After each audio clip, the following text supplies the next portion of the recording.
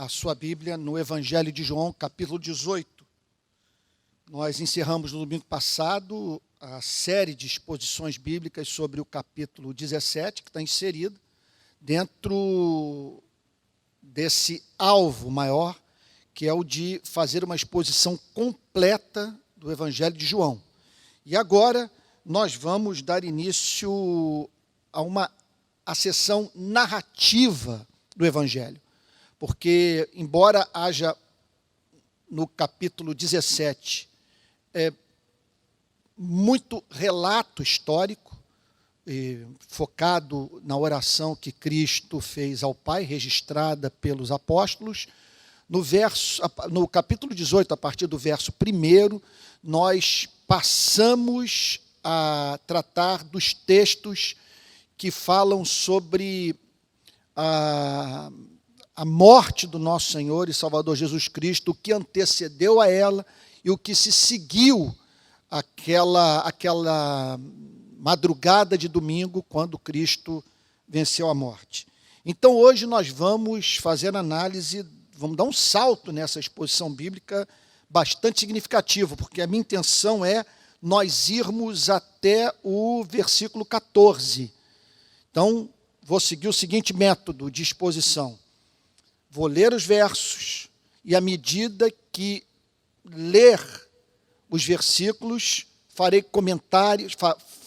comentários sobre os mesmos e aplicações práticas, tá bom? E assim nós vamos até o verso 14. O que me leva a crer, portanto, diante desse salto, que é bem provável que encerremos essa exposição bíblica sobre o Evangelho de João ainda este ano. Então, João, capítulo 18, verso 1, que a partir de agora o Senhor nosso Deus nos socorra, enviando luz, abrindo nosso entendimento e ajudando-nos a ver a excelência da verdade. Que o nosso coração passe por aquela experiência dos discípulos no caminho de Emaús, que após o encontro com Cristo disseram: porventura não nos ardia o coração quando pelo caminho ele nos expunha as Escrituras. Que Deus faça o nosso coração arder, que ao término dessa meditação que faremos juntos, nos sintamos mais próximos de Deus. Essa é a meta, essa é a nossa oração, esse é o conteúdo da nossa súplica. Então, João, capítulo 18, verso 1. Depois de dizer isso o quê? Depois de tudo sobre o que o Senhor Jesus havia falado para os discípulos no cenáculo, Jesus saiu juntamente com os seus discípulos para o outro lado do ribeiro de Cedron. Então, diz o texto, na parte final do verso 1, onde havia um jardim. Portanto, o Senhor Jesus sai do cenáculo e se dirige para um local costumeiramente usado por ele para os encontros com os seus discípulos. Então, o texto diz que ali havia um jardim. Certamente houve motivos estéticos que levaram a Jesus e os discípulos àquele local. Porque, embora vejamos a glória de Deus em todos os cantos do planeta, parece que há locais que são mais reveladores ainda dessa mesma glória. E ali o Senhor Jesus identificou um cantinho ali da geografia da Palestina para estar na companhia dos seus discípulos, a fim de que juntos pudessem orar e pensar no reino dos céus. Então, o Senhor Jesus se dirige para o ribeiro de Cedron, onde havia um jardim. E aí entrou com eles. Ali está o Senhor Jesus, a poucas horas da sua morte, na companhia dos seus discípulos, nesse lugar separado para a comunhão entre eles e deles com o Criador. Você tem esse lugar na sua vida? Você consegue identificar esse cantinho do planeta, da sua cidade, do lugar onde você mora, que facilita a oração, a adoração, que serve de espaço para bons momentos de solitude? Aqui no Rio de Janeiro tem 2 lugares, de uma forma especial, que deles me utilizo para me aproximar do meu Salvador. Eu moro em Pendotiba, na periferia de Niterói, a 1 quilômetro do município de São Gonçalo. E ali, onde eu moro, há uma reserva florestal. E ruas praticamente vazias. É meu costume já há, eu posso dizer, 20 anos que eu ando por aquelas ruas cobertas de árvores da Mata Atlântica para ali apresentar a minha confissão das minhas loucuras, das minhas contradições. Ali também é lugar onde apresento a Deus a minha adoração, onde também expresso minhas ações de graça pelos seus benefícios para comigo, onde também faço minhas súplicas por amigos, por igrejas, pelos irmãos da Igreja Presbiteriana da Barra, ali onde eu canto os cânticos que mais amo e que muitas vezes não são cantados nas nossas igrejas, cânticos antigos que marcaram muito a minha história, com os quais eu tenho uma relação afetiva muito grande. Eu não tenho como descrever o valor desses momentos de solitude nessa região onde eu moro. Sabe, do ponto de vista, eu diria, do meu crescimento espiritual, da renovação, do vigor, às vezes vigor físico, vigor emocional, porque essa alegria, quando invade o nosso coração, ela fortalece os ossos. Um outro lugar que uso muito, pelo menos isso eu posso dizer já desde a minha conversão, que é a beira do mar, e em especial a praia de Piratininga. Então ali faço minhas caminhadas 1 ou 2 vezes por semana, vou bem cedo e caminho ali, às vezes com a água batendo no meu pé, às vezes andando na areia fofa, e para me dedicar ao mesmo exercício espiritual. E poderia expressar para você essa geografia da comunhão com Deus, fazendo menção de tantos outros locais nos quais Deus revelou de uma forma tão especial para a minha vida o seu amor. Não tenho como deixar passar em branco o lugar daquela montanha em Arraial do Cabo chamada Pontal do Atalaia. Eu orei muito ali no início da minha vida cristã, e eu posso dizer, provavelmente ali durante uns 20 anos, aquele ali foi o meu local de oração, onde debaixo do céu magnificamente estrelado, busquei a presença de Deus com os meus irmãos pentecostais da Assembleia de Deus de Arraial do Cabo. Então você precisa encontrar esse lugar da comunhão com Deus, da solitude, esse lugar também onde você de antemão sabe que Cristo vai se manifestar. É bem verdade que sua glória pode pegá-lo de surpresa em qualquer canto do planeta, mas faz bem para a alma você identificar esse cantinho aí que se transforma num cantinho do céu. Pode ser também dentro da sua casa, no seu quarto, um lugar ali onde você encontra refúgio. Eu me lembro de Pascal, dizendo que o problema do homem sem Deus é que ele não consegue ficar a sós, consigo mesmo, no seu quarto. Nós cristãos, quem conhece a Jesus, podemos. Porque nós sabemos que nesses momentos de solitude, sejam quais forem as questões que venham a emergir, apresentando, portanto, perguntas referentes à vida, a nossa mente, para essas mesmas questões, nós temos uma resposta objetiva na palavra de Deus. E na ausência dessas respostas, nós avançamos, sabedores do fato de que faz sentido confiar implicitamente nesse Deus. O que significa uma confiança implícita? Eu, de antemão, quando tenho que lidar com os fatos da vida, e fatos que me chocam, que me fazem chorar, fatos que me causam perplexidade, eu penso no caráter de Deus. E desses fatos, muitas vezes trágicos, me aproximo, partindo da pressuposição que faz todo sentido confiar no caráter de um ser que tem se revelado a mim como leal. Verso 2.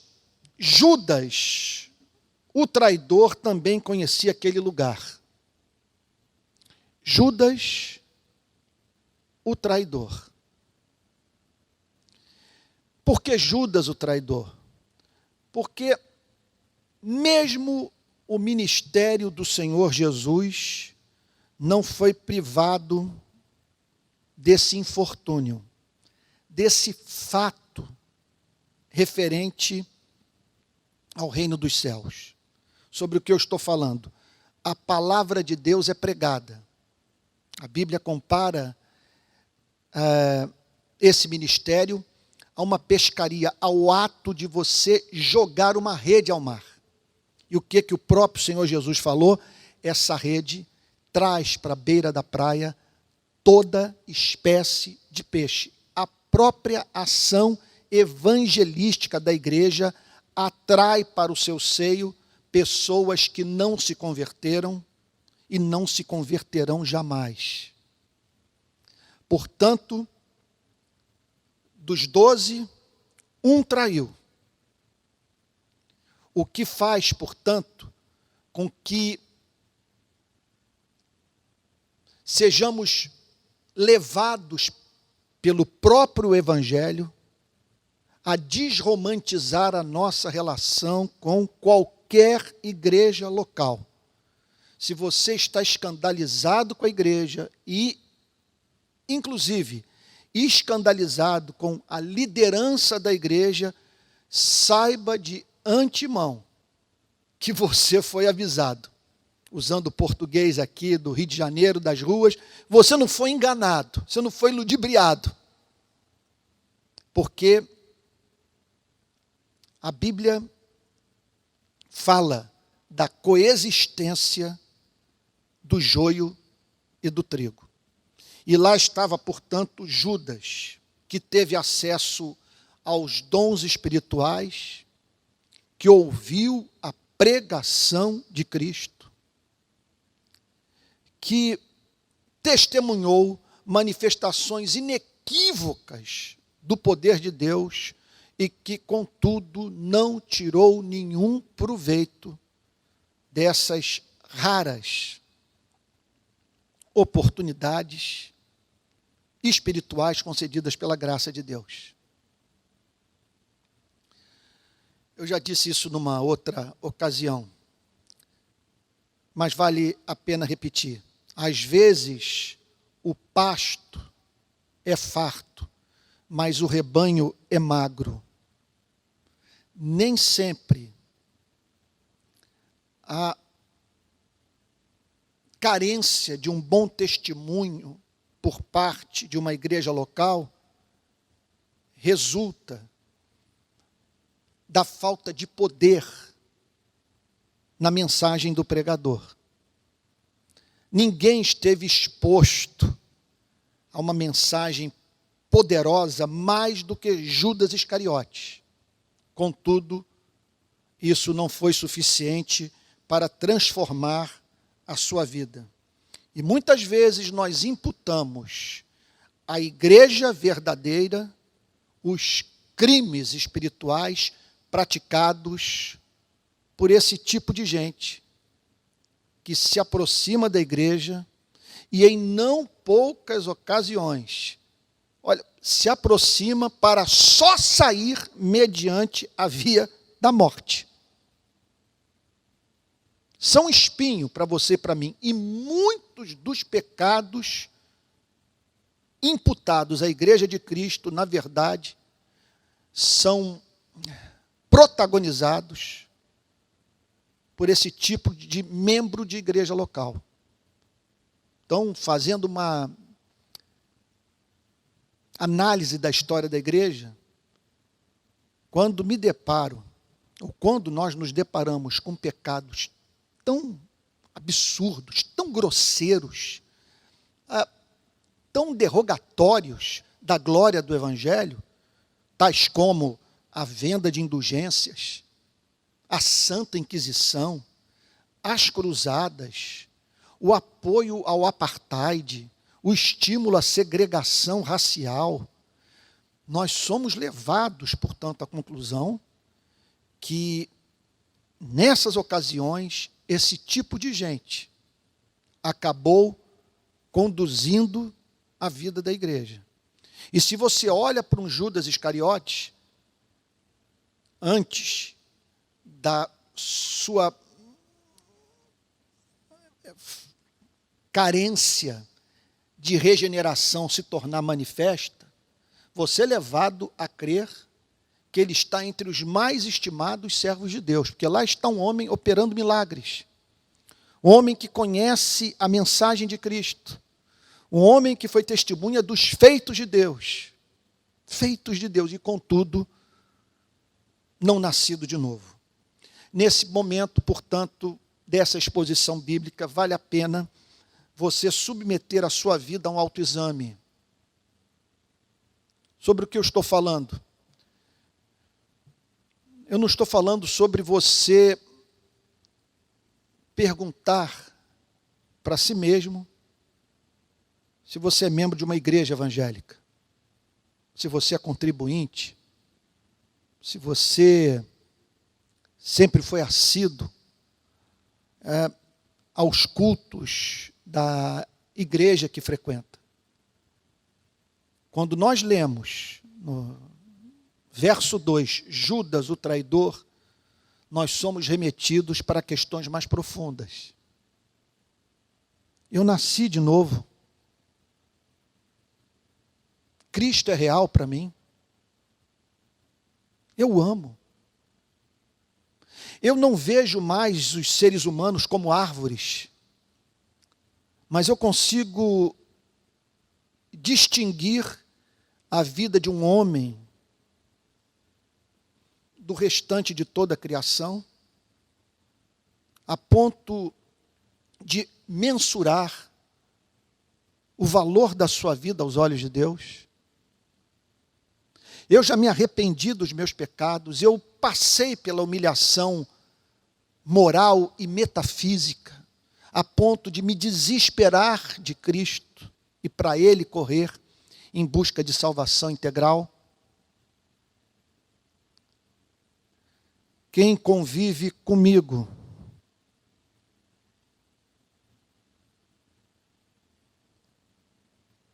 percebe a beleza de Deus através da minha vida?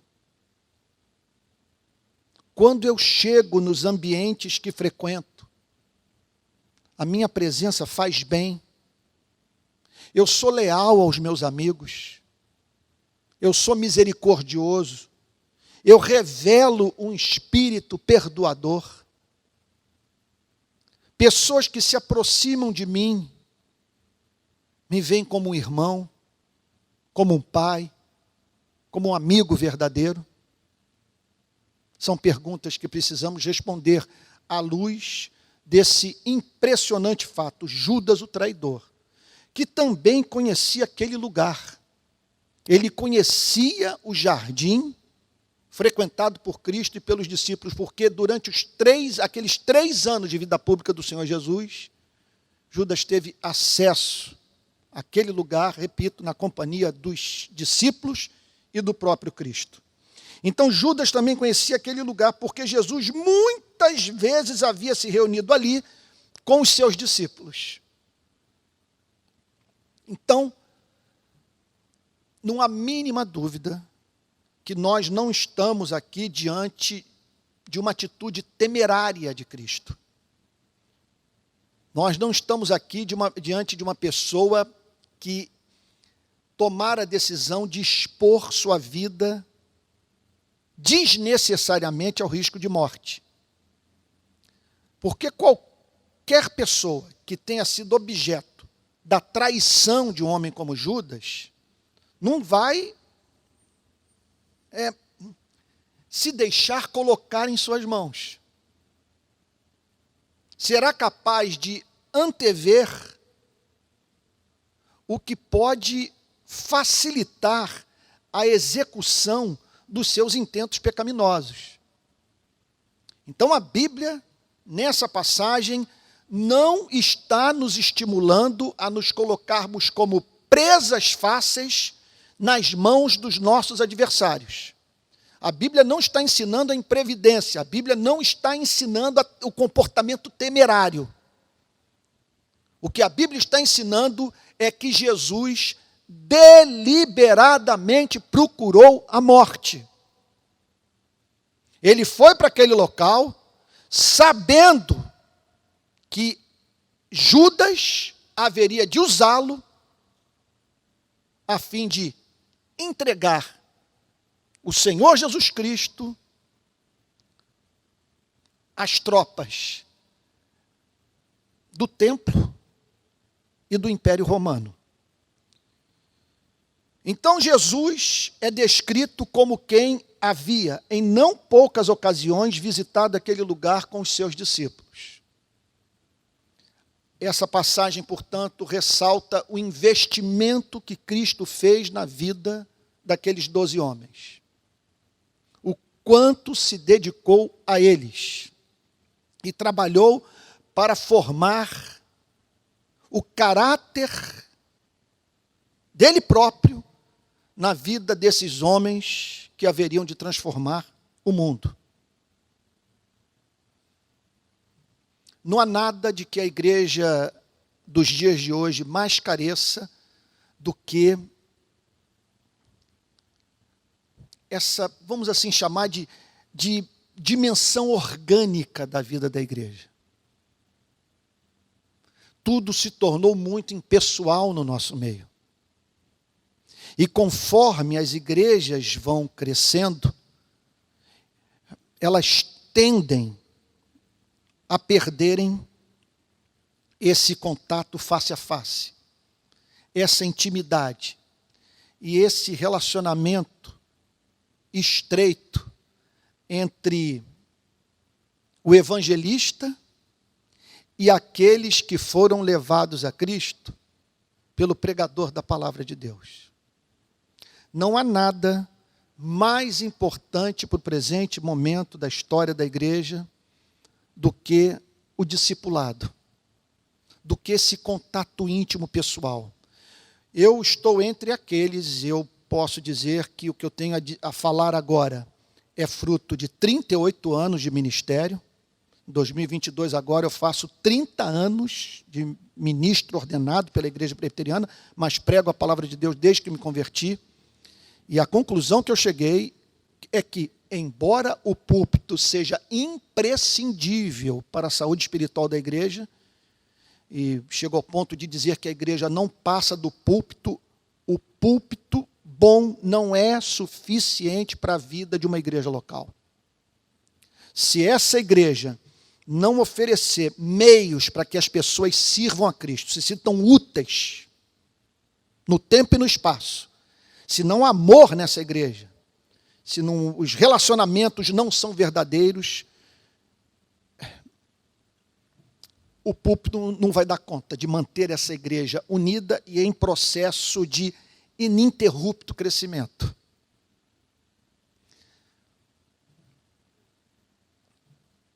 E, nesse sentido, vale a pena ressaltar o seguinte fato: não há nada que substitua o relacionamento face a face. Eu creio que todo pastor, por mais atarefado que seja, deve ter em sua vida pessoas nas quais ele está fazendo esse investimento pessoal. Gente que caminha ao seu lado. E olha, e isso é mais do que catequese. É mais do que ensinar doutrina. Isso é vida. É a pessoa ver como você se relaciona com seus filhos, com sua mulher, como você lida com o pobre, com o porteiro do seu prédio, qual é o seu comportamento dentro de uma padaria. Penso que não há maior elogio que você possa receber na vida do que alguém que você levou a Cristo, após um dia de convívio com você, ser levado a dizer: poucas pessoas na vida tratam com mais dignidade os seres humanos do que você. Não há nada que mais contribua para a formação do caráter de Cristo na vida de alguém do que um exemplo, sem a mínima dúvida. Então, o Senhor Jesus muitas vezes havia se reunido ali com seus discípulos. Verso 3. Tendo, pois, Judas recebido a escolta, olha só, Judas está agora se dirigindo para o jardim do Getsêmani, na companhia de uma escolta. Ele está na companhia de policiais e alguns guardas da parte dos principais sacerdotes e fariseus. Sacerdotes e fariseus. Ele não está falando aqui de uma liderança religiosa pagã. Ele não está falando aqui de agnósticos de ateus, querendo prender e matar o Senhor Jesus. Ele está falando aqui do pastor presbiteriano, do pastor batista, do pastor metodista, do padre. Ele está falando aqui, sabe, do que de mais radical nós podemos encontrar no movimento protestante no mundo. Falando sobre os fariseus. A seita mais radical do judaísmo dos dias de Jesus. Essa gente arrecadava dinheiro. Pessoas depositavam parte dos seus recursos financeiros no gasofilácio do templo. Parte dessa arrecadação, dessas ofertas, dessas contribuições, era usada para a manutenção de uma tropa, de uma polícia. Pare para pensar nisso. E Judas, portanto, se aproxima do Senhor Jesus e dos discípulos, se dirigindo, portanto, para aquele local onde ele sabia que muito provavelmente encontraria Cristo, na companhia, olha o que o texto diz, de uma escolta, guardas da parte dos principais sacerdotes e fariseus. A religião armada até os dentes. E diz na parte B do verso 3, chegou a esse lugar com lanternas, tochas e armas. Lanternas, tochas e armas. É incrível, porque você acaba sendo remetido para uma impressionante metáfora, porque embora isso aqui seja uma narrativa, a descrição de um fato histórico, de algo que ocorreu, repito, no tempo e no espaço, o texto nos faz pensar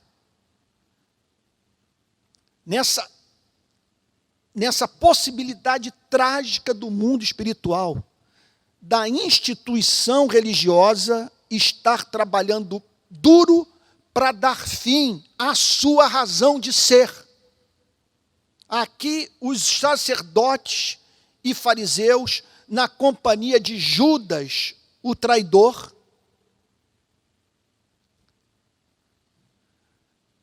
se dirigiram para o local onde Cristo se encontrava com seus discípulos, certos do fato de que se matassem a Cristo, estariam com isso agradando a Deus. Nós também, nessa passagem, somos remetidos para um outro fato da história do cristianismo. Os piores adversários do verdadeiro cristianismo sempre foram os de dentro. Os que estavam do lado de fora contaram com a ajuda de Judas Iscariotes para prender e matar a Jesus Cristo.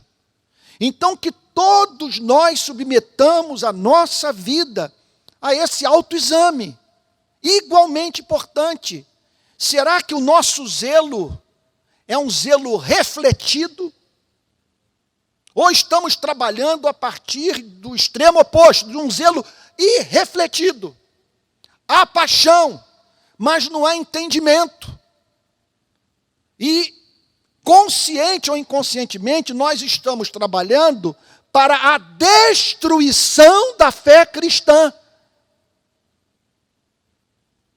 Esses homens, portanto, estudavam a Bíblia, conheciam o Antigo Testamento, sabiam que um dia Deus enviaria o Messias, e lá estava o Messias presente, sem que, contudo, esses mesmos homens conseguissem identificá-lo.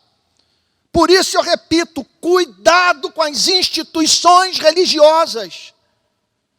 Conheça profundamente as Sagradas Escrituras, a ponto de passar pelo escrutínio, pelo exame, pela avaliação da Bíblia, a instituição religiosa a qual você pertence. Porque ela pode estar trabalhando para a destruição da fé cristã. Eu já disse isso numa outra ocasião. Tem alguns livros que eu leio, que de tanto gostar deles, eu me relaciono quase que com o desejo de decorá-los. Então, esse início de ano, eu estou relendo 2 livros que eu já... Olha, um eu acho que eu já li 4 vezes, o outro eu estou indo para a 3ª ou 4ª leitura. Eu estou falando sobre a pobreza, o fim da pobreza. Esse é o título do livro, do economista americano Jeffrey Sachs. E o outro livro é A Crise da Consciência Europeia, 1680-1715.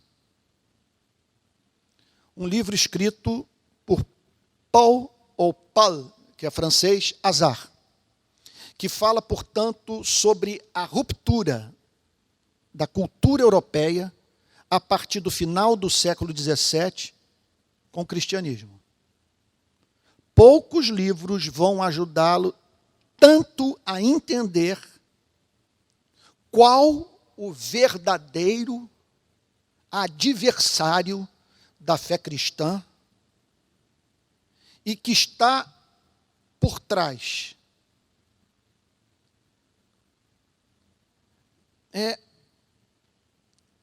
Desses 2 filhos gerados por ele e que cobram a lealdade da igreja. Fala-se em termos de direita e esquerda, de progressismo e conservadorismo. Mas o que está por trás dessas correntes é a modernidade. E toda essa oposição à ideia de valores morais absolutos, de uma vida após o fim da nossa existência nesse planeta, de um livro inspirado, da autoridade daquele, portanto, que fala, inspirado por Deus. Portanto, é um universo em desencanto. Um universo que perdeu sua razão de ser, que é visto como mero acaso, fruto da ação das forças cegas. Então, nesse livro, Paul Azar apresenta os principais ataques desferidos por pensadores modernos contra a fé cristã.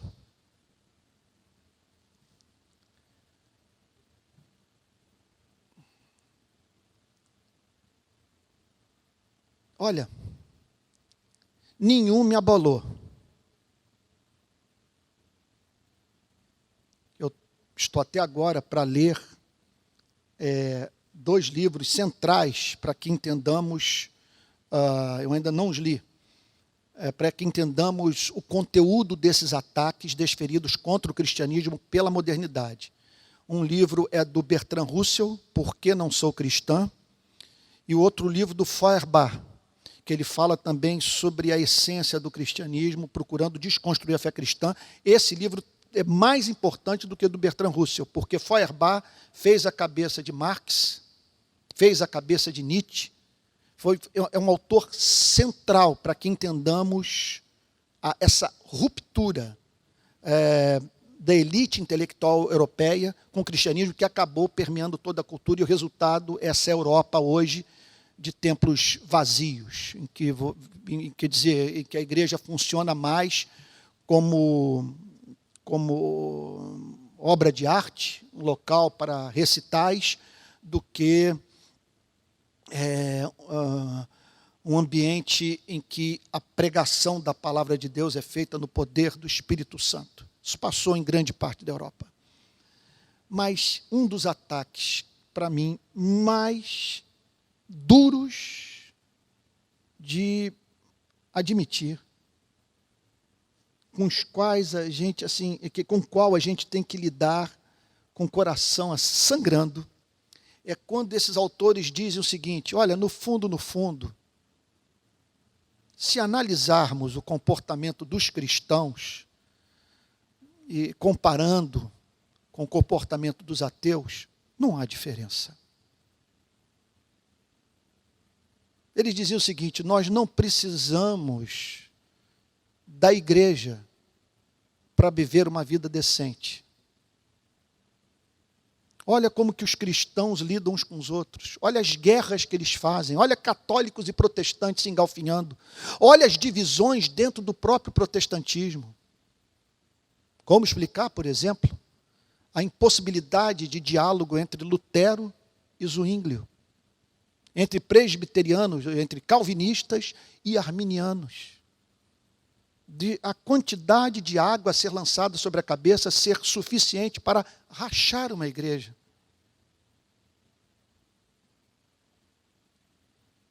E aqui está uma passagem nos chamando a atenção para este fato, que podemos estar perdidos dentro do que se supõe ser a casa do Pai, a igreja.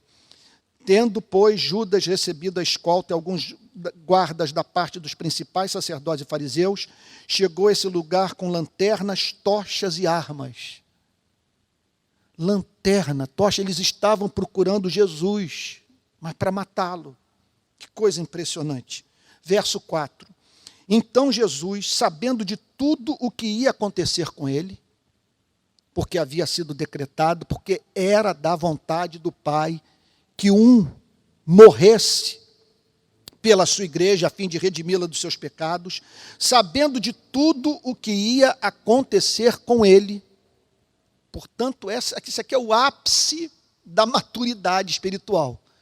Eu diria para você que esse é o vetor, é para esse ponto que o Evangelho quer nos levar. Que ponto é esse? Aqui nós estamos diante de uma pessoa capaz de antever o seu sofrimento, que podia divisar com objetividade o suplício que teria que enfrentar em razão da sua obediência a Deus, e que, contudo, não perde o foco, não se deixa abater, e deliberadamente caminha na direção do sacrifício.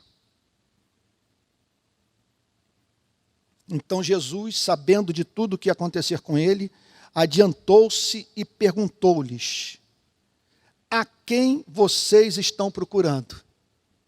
Jesus toma a dianteira.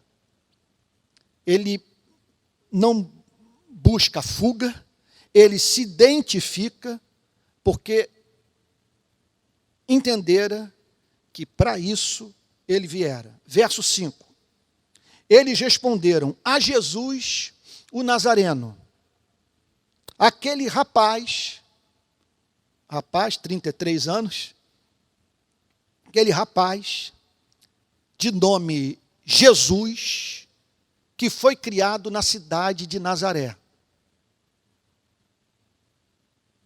Nós estamos atrás de Jesus, o Nazareno.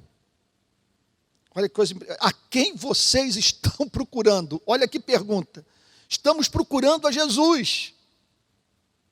Se você olha para a resposta, você é levado a crer, portanto, que está diante de santos, de pessoas que entenderam o significado da vida. Porque ninguém é mais sábio do que aquele que entende que cabe ao homem procurar o Filho de Deus, pois nele habita corporalmente toda a plenitude da divindade. Ninguém jamais viu o Pai, o Deus unigênito que está no seio do Pai, é quem o revelou. Então aqui a pergunta é feita: a quem vocês estão procurando? Nós estamos procurando a Jesus o Nazareno. Mas aí que está o ponto: com que propósito? Observe, portanto, os recordes de crescimento que as igrejas do nosso país têm batido. E se você for perguntar para essas pessoas que superlotam os nossos templos, a quem vocês estão procurando, elas dirão: a Jesus o Nazareno. Mas qual Jesus? Jesus o Nazareno é muito vago. Esse Jesus é o Filho de Deus, é o Redentor, é o Cordeiro Santo que tira o pecado do mundo, é o Jesus que o ensina a ser misericordioso, humilde de espírito, pacificador, ter fome e sede de justiça. Eles responderam: a Jesus o Nazareno. Então Jesus lhes disse: sou eu. Observe, portanto, quer dizer, nós estamos aqui diante de uma narrativa, diante de fatos literais, mas que nos remetem para o mundo da relação espiritual com Cristo. A quem vocês estão procurando? A Jesus o Nazareno. Quanto movimento na direção de Jesus o Nazareno, não motivado por um coração transformado pela graça divina. E aí, em seguida, a resposta de Cristo. Então Jesus lhes disse: sou eu. Eles viram a Jesus. Eles tiveram contato físico com Jesus. O que mostra, portanto, que não basta conhecer esse livro. As escamas têm que cair dos olhos para que você veja a glória de Deus em Jesus Cristo. Eu o sou, ou sou eu, disse Jesus. Ora, Judas, o traidor, ele entrou para a história dessa forma, carregando na sua biografia esse adjetivo. Judas, o traidor, também estava com eles. João, por algum motivo, não menciona o beijo. Não menciona o beijo. O beijo é um negócio gravíssimo. Esse beijo de Judas me faz sempre lembrar a famosa frase de Exupéry, que talvez das declarações extra-bíblicas são as que mais eu menciono quando falo sobre moral nas minhas pregações. Somos responsáveis por quem cativamos. Ninguém beija o próximo impunemente. Você tem que administrar essa manifestação de afeto, para que um gesto de tamanha intimidade como esse venha acompanhado de ações práticas. Porque não há hipocrisia maior do que você trair aquele que abriu a porta da sua vida para com você se relacionar intimamente. Então, o texto diz que Judas, o traidor, também estava com eles. Quando Jesus lhes disse, sou eu, recuaram e caíram por terra. Há muita discussão sobre o que levou aqueles homens a caírem literalmente no chão. Alguns acreditam que foi a declaração de Cristo. Sou eu. Algo análogo à declaração do Deus Criador feita a Moisés. Outros dizem que não foi isso porque eles não acreditavam que na divindade de Cristo, na sua filiação eterna. O que me parece certo é o fato de que ali houve uma manifestação do poder de Deus, que fez com que aqueles homens perdessem as forças, caíssem literalmente no chão, a fim de que ficasse estabelecido que a morte de Cristo foi voluntária, que se ele quisesse, ele poderia ter enviado uma legião de anjos para livrá-lo daquela traição. Quando Jesus lhes disse, sou eu, recuaram e caíram por terra. Porque a realidade última detém completo controle sobre a vida. E o coração do homem pode fazer planos, mas quem decide o que de um plano será transformado em fato é o Criador soberano. Recuaram e caíram por terra. Jesus de novo lhes perguntou. Então eles têm aquela experiência espiritual, algo acontece que os faz literalmente cair, e o Senhor Jesus lhes pergunta novamente, a quem vocês estão procurando? Era para aquela experiência espiritual ser interpretada como um sinal, e aqueles homens deporem suas armas, e reconhecerem que estavam diante de um ser mais poderoso do que todo exército que servia ao Império Romano. Sou eu, recuaram e caíram por terra. Jesus de novo lhes perguntou, a quem vocês estão procurando? Responderam, a Jesus, o Nazareno. Diz o verso 8, então Jesus disse, já falei que sou eu. Se é a mim que vocês estão procurando, deixem que estes vão embora. E aqui o Senhor Jesus, portanto,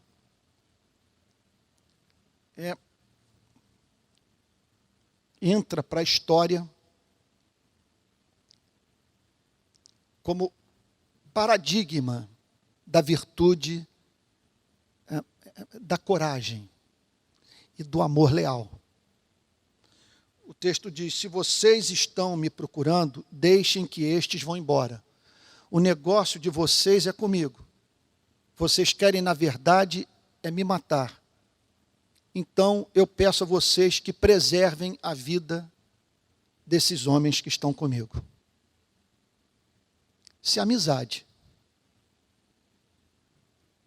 Isso é amor. Preservar a vida daqueles com quem convivemos. Morrermos para que outros, na nossa morte, encontrem a vida. Verso 9. Interpretação de João. Aqui João lança um olhar teológico sobre a narrativa. Ele disse isso para se cumprir a palavra que tinha dito anteriormente. Por que Jesus falou, deixem que estes vão embora? Porque Jesus disse, colocou o peito na frente. Se colocou entre os discípulos e os policiais do templo e a guarda romana. Por que o fez? João faz a seguinte interpretação teológica da atitude de Cristo. Ele disse isso para se cumprir a palavra que tinha dito anteriormente: não perdi nenhum dos que me deste. E aqui, portanto, muita luz é lançada sobre a doutrina, é uma doutrina estimadíssima pelos calvinistas, chamada de perseverança dos santos. Nós, calvinistas, acreditamos que as hostes infernais, o mundo, com todo o seu poder, com toda a sua perversidade, não impedirão os filhos de Deus de herdarem o reino dos céus. Que todo verdadeiro convertido recebe o dom da perseverança e é sustentado pelo poder de Deus, do dia do seu novo nascimento até a sua entrada na glória. Por isso que o apóstolo Paulo declara em Filipenses capítulo 1, verso 6, aquele que começou a boa obra em vós, haverá de completá-la até o dia de Cristo Jesus. Jamais vou me esquecer de uma experiência vivida com o reverendo Antônio Elias. Eu havia trazido, se minha memória não está falhando, para pregar aqui no Rio de Janeiro, e voltava para a sua casa em Niterói. Quando chegamos no bairro onde o reverendo morava, o bairro de São Francisco, ao atravessarmos o túnel que nos deixa, portanto, em São Francisco, o reverendo apontou para um hotel que tem numa das montanhas de Niterói, que é um local usado pelos praticantes de asa delta, de voo livre. E ali há um hotel construído, me parece, há uns 40, 50 anos, e cuja construção não foi concluída. Ele permanece até hoje, está lá o seu esqueleto. Mas nunca ninguém se hospedou naquele lugar, porque a obra foi deixada, conforme se costuma dizer, pela metade. Com emoção, eu guardo o que o reverendo disse para mim. Lá estava eu dirigindo o carro, ele apontou para o hotel e disse o seguinte: está vendo aquele hotel? Deus nunca faz assim na vida do crente. A obra que ele começa, ele termina. E como que ele termina? Primeiro, mediante a assistência do Espírito Santo. Nos momentos de maior provação, você experimenta a paz que excede todo o entendimento. Uma consolação íntima que faz com que você não perca a esperança. É o consolador que o anima, que o revigora, que o põe de volta no caminho. Mas sabemos que a nossa estrutura é frágil e que é possível o Filho de Deus lidar com uma tentação sobre-humana, exceto se Deus dele não tirar os olhos. E é isso que acontece. Quando o Senhor Jesus se adianta e diz para os guardas do templo e das tropas de Pilatos, para levarem a ele e preservarem os discípulos, o Senhor Jesus fez o que Deus costuma fazer na sua e na minha vida: não permitir que passemos por provas que não somos capazes de enfrentar. Eu concordo com a interpretação de muitos eruditos do Novo Testamento, que aponta para essa verdade espiritual, que essa passagem está nos ensinando, que Deus, mediante o seu cuidado providencial, nos protege espiritualmente, impedindo-nos de perder a salvação, regulando as tribulações da vida, de modo que não passemos por prova que não possamos suportar. Seria demais para eles participarem dos suplícios de Cristo. Dentro de poucas horas, o Senhor Jesus seria vestido de um manto vermelho, não sem antes ter sido colocado nu perante os soldados. Fico imaginando o que aconteceu naquela sala quando o Senhor Jesus ficou nu diante dos soldados. O texto fala de uma coroa de espinhos que foi colocada na sua cabeça, de um manto vermelho ridículo. Era um deboche, era aquilo que hoje nós chamamos de bullying, porque ele dizia, segundo as autoridades judaicas, ele dizia que era rei, então o rei tem que ter um manto. E eles então colocam aquela roupa vermelha ridícula para escarnecer de Cristo. A Bíblia fala sobre cusparada, sobre um caniço que foi usado para fustigá-lo, entre outros sofrimentos mais, culminando na crucificação. Você imagine os discípulos passando por tudo isso. Desse sofrimento, Cristo queria poupar os 11. Então ele disse isso para se cumprir a palavra que tinha dito anteriormente: não perdi nenhum dos que me deste. Agora, interessante, aqui o Senhor Jesus os livra. Mais adiante, o Senhor Jesus não vai livrá-los. Porque dos 11, segundo os historiadores, segundo a história extra-bíblica, apenas um não teve morte de mártir. Todos morreram de modo violento. Contam, por exemplo, do apóstolo Pedro, crucificado de cabeça para baixo, por dizer: eu não sou digno de morrer a morte do meu Salvador. Podem me crucificar, mas peço que me crucifiquem de cabeça para baixo. Isso porque lá na frente eles foram habilitados a suportar aquilo que não eram capazes de enfrentar naquele período da sua jornada espiritual.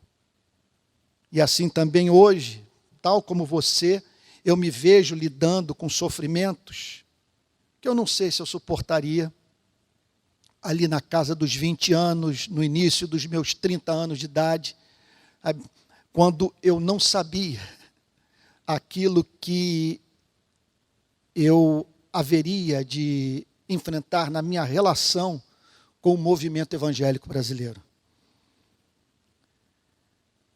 Ele disse isso para se cumprir a palavra que tinha dito anteriormente: não perdi nenhum dos que me deste, e não perdeu. Verso 10. Então Simão, quer dizer, é uma passagem que está ensinando a perseverança dos santos e como que Deus faz os santos perseverar. Pela ação interna secreta do Espírito Santo e pelo cuidado providencial, repito, que faz com que Deus não permita que passemos por tribulação sobre-humana. Às vezes eu estou sofrendo. Esses dias eu acho que eu fiz essa oração. Os últimos dias foram extremamente difíceis para mim, mas eu tive que admitir durante a oração: contudo, Senhor, eu não estou enfrentando a prova de sangue. São lutas, mas eu não posso dizer que estou diante de uma situação absolutamente desesperadora. Porque não é. Mas são lutas. E o que eu espero é não me afogar no raso. Porque tem muita gente que acaba se afogando no raso. A maior desgraça, deixa eu fazer uma confissão aqui. Uma das coisas mais difíceis para mim, do ponto de vista do aconselhamento pastoral, a minha experiência nas favelas do Rio de Janeiro.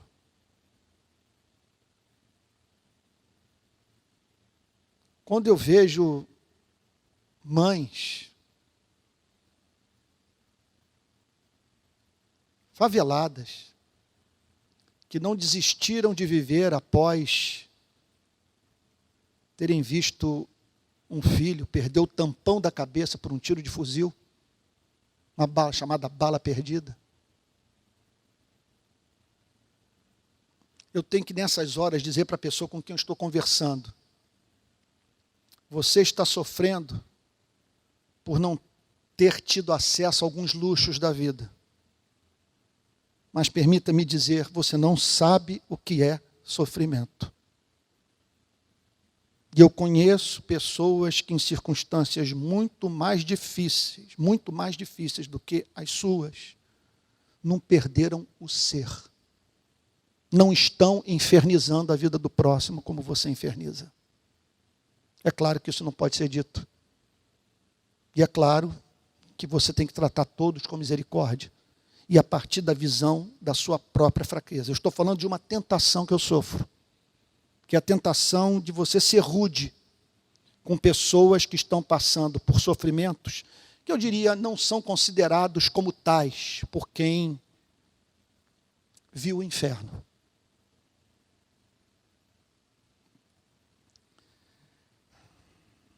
Então Simão Pedro puxou da espada que trazia e feriu o servo do sumo sacerdote. Pedro, vendo o que haveria de acontecer, talvez encorajado por aquela ação sobrenatural que fez com que os soldados romanos, a guarda judaica, caíssem literalmente no chão, ele puxa de uma espada e fere o servo do sumo sacerdote. Alguém que trabalhava para o sumo sacerdote, talvez uma pessoa que talvez por ter falado alguma coisa, por ter um comportamento mais assintoso, nós não sabemos. O fato é que Pedro puxa da espada, ela devia ter 8 centímetros a 10 centímetros de comprimento, macaira no grego. Há quem julgue que era, na verdade, a faca que o Pedro usava para limpar peixe como pescador. Mas isso aí é tudo conjectura. Tudo que se sabe é que ele puxa dessa espada e fere o servo do sumo sacerdote, cortando-lhe a orelha direita. E o nome do servo era Malco. Olha, o horário está avançado, mas daria para eu ficar aqui o dia inteiro falando sobre o zelo sem entendimento. Aqui está uma pessoa sendo, bem motivada, queria salvar a Cristo. Um homem com uma espada diante de um exército. Uma extraordinária demonstração de fé. Contudo, Deus nunca havia pedido. Não tem registro nas Sagradas Escrituras que ele usasse daquela espada para ferir alguém. E ali, em razão daquele zelo, a palavra é dura, eu temo em usá-la por se tratar do apóstolo Pedro. Na verdade, eu vou imputar ao apóstolo Pedro algo que me causa ira quando eu penso na vida de alguns cristãos brasileiros, de pessoas que se dizem cristãs. Eu chamaria de zelo burro. Por que zelo burro? Porque ao tirar a espada e cortar a orelha do servo do sumo sacerdote, Pedro estava dando ensejo à formação de uma narrativa, de uma interpretação sobre o movimento iniciado por Jesus, o Nazareno. Pedro deu margem para que as pessoas pensassem que Jesus Cristo era líder de uma gangue violenta, que era mais um zelote querendo chamar Israel para uma revolução política. Então observe como que o zelo sem entendimento pode arruinar a causa do cristianismo. Isso eu vejo a 3x4 no nosso país. Repito, pessoas com comportamento burro. A forma como defendem os valores do cristianismo é antagônica aos valores do cristianismo. E aí então, diz o verso 11, Jesus disse a Pedro, olha, pelo horário eu vou ter que parar por aqui. A minha ideia era ir até o verso 14. Eu vou parar no verso 11, depois, semana que vem, eu prossigo a partir do versículo 12. Me alonguei demais. Mas Jesus disse a Pedro, olha só, guarda a espada na bainha. Então aqui o Senhor Jesus está desarmando a igreja. Não há nenhuma passagem do Novo Testamento do tipo armai-vos uns aos outros. Ou dessa causa ser levada na força do homem. Não por força nem por violência, mas pelo meu espírito. É o que diz o profeta. Guarde a espada na bainha. Por acaso não beberei o cálice que o Pai me deu? Com isso, o Senhor Jesus deixa claro que não fazia sentido manter aqueles homens no chão, pedir a presença de um batalhão de anjos, ou estimular os discípulos a uma guerra santa. Porque naquela noite o pai estava oferecendo um cálice ao filho. Deus está sempre oferecendo a nós os mais diferentes tipos de cálices. Esse cálice pode ser o cálice do amor, da festa, da celebração, da oração ouvida. Esse cálice pode ser o cálice do sofrimento. O cálice que produz atordoamento, que perturba, o cálice amargo. O pai ofereceu esse cálice ao filho, e o filho o tomou. Esse cálice é o preço que Cristo teve que pagar pela nossa redenção. Porque era necessário que um de nós, sem pecado, morresse, a fim de que a porta para o arrependimento e a fé fosse aberta. E homens e mulheres pudessem ser perdoados das suas transgressões. Como você pôde ver, eu não vi alternativa se não fazer essa exposição mais do estilo de Calvino. Nós temos 2 métodos de pregação no meio reformado, clássicos. O pregador pega o texto e apresenta o seu pano de fundo, o seu significado à luz do contexto mais amplo, extrai dele uma doutrina, apresenta pontos com base na doutrina, que reforçam a doutrina, que provam a doutrina, que sedimentam a doutrina, depois fazem uma aplicação e, por fim, uma conclusão. Esse método foi amplamente usado pelo grande Jonathan Edwards. Mas tem um método de Calvino. Ler o versículo, o interpretar e aplicar. E foi o que eu procurei fazer hoje, diante da enorme dificuldade de conseguir organizar todos esses versos em torno de um único tema. O texto sugere vários temas, de maneira que talvez esse tenha sido o sermão mais colcha de retalho dos últimos anos da história da nossa igreja. Mas eu espero que pelo menos você esteja entendendo melhor a passagem bíblica. E que se dedique, ainda hoje ou durante a semana, ao exercício de reler esse texto. E pensar nessas múltiplas implicações dessa narrativa. Suas lições, suas doutrinas, suas verdades inesquecíveis. Que Deus possa ter abençoado. Eu fico aqui, se nós estivéssemos juntos, se eu estivesse na sua casa, num grupo pequeno, juntos estudando essa passagem, eu faria uma pergunta a você. O que mais tocou no seu coração na exposição de hoje? O que mais foi, assim, o que foi mais relevante para você nessa narrativa, nesses 11 versos? Então, eu não saberia enumerar. Tudo para mim aqui é absolutamente consolador. Mas, se eu fosse destacar, eu destacaria, e nem quero que você mude o foco, porque pode ser que Deus tenha falado alguma coisa mais profunda, mais pessoal para você, sabe, e relativa a um outro aspecto, a um outro tema, a um outro fato dessa passagem.